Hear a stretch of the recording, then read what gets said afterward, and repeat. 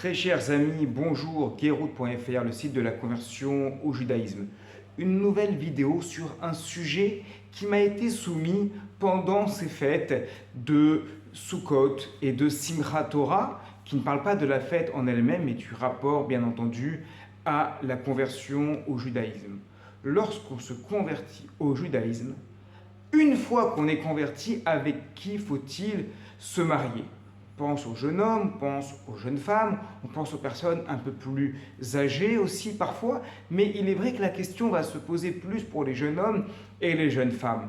Doit-on se mettre en couple, se marier, chercher en priorité des personnes venant de familles religieuses ayant grandi toute leur vie dans la Torah, ou bien doit-on plutôt rechercher des personnes qui sont converties?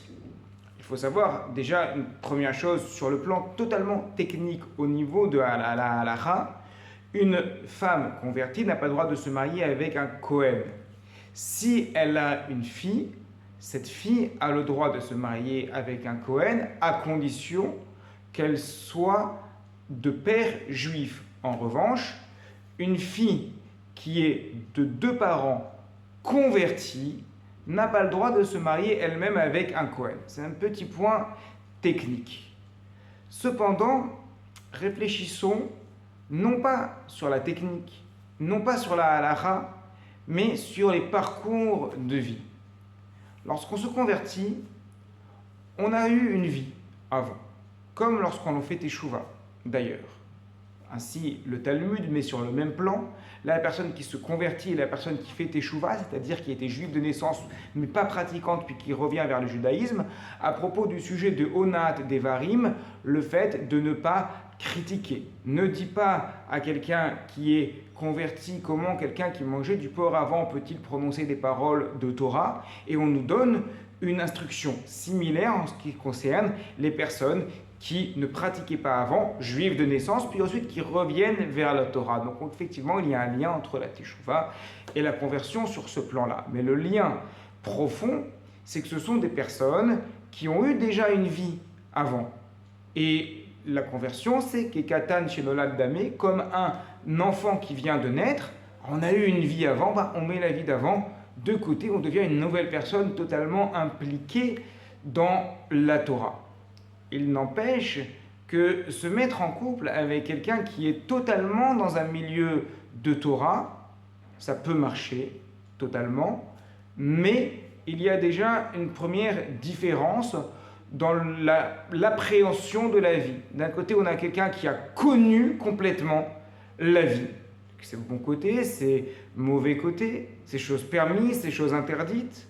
Et d'un autre côté, on a quelqu'un qui n'a connu qu'une vie de la Torah, qui a été dans une sorte de cocon, et des fois, cela peut faire un certain déphasage au niveau du couple. Est-ce que cela signifie qu'il faut donc obligatoirement, nécessairement chercher quelqu'un qui est converti? Pas nécessairement, bien que ce ne soit pas un problème, puisque effectivement j'ai déjà vu plusieurs fois des personnes qui me disent « Oui, mais moi vous comprenez, je suis converti, je ne veux pas me mettre avec quelqu'un qui est converti. » Bon, il ne faut pas non plus être raciste contre les personnes qui se sont converties. Il y a des personnes qui sont très bien, Baruch Hashem. Moi, mes élèves, ils sont exceptionnels. Je vois des personnes incroyables qui se convertissent. Alors que lorsqu'on est soi-même converti, pourquoi refuser de se mettre avec quelqu'un qui a un parcours similaire? Non.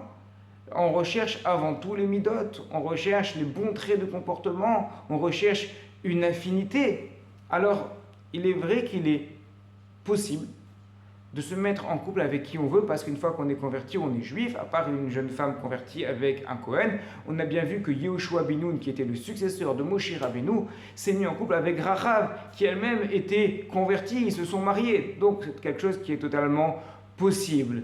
Mais il y a quand même plus de chances que cela fonctionne lorsqu'on est en phase en ce qui concerne les vies qu'il y a eu avant. C'est pour ça qu'il est peut-être mieux, plus recommandé d'aller avec quelqu'un qui est soit converti, soit qui a fait teshuva, donc qui est totalement juif de naissance, mais qui a fait teshuva, parce que comme ça on retrouve deux personnes qui ont chacun eu leur vie avant, qui l'ont mis de côté et qui du coup peuvent décider de se réunir pour avancer ensemble vers une nouvelle vie.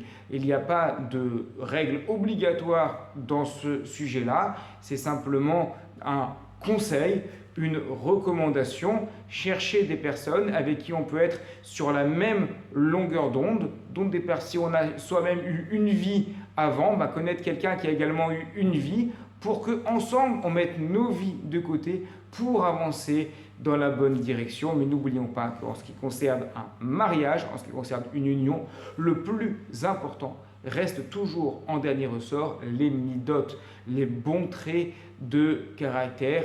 Rencontrer quelqu'un avec qui on peut être bien, avec qui on peut être apaisé, avec qui on peut s'élever ensemble vers Akadosh Baruch Hu. Yona Gertman, Gerut.fr, le site de la conversion au judaïsme.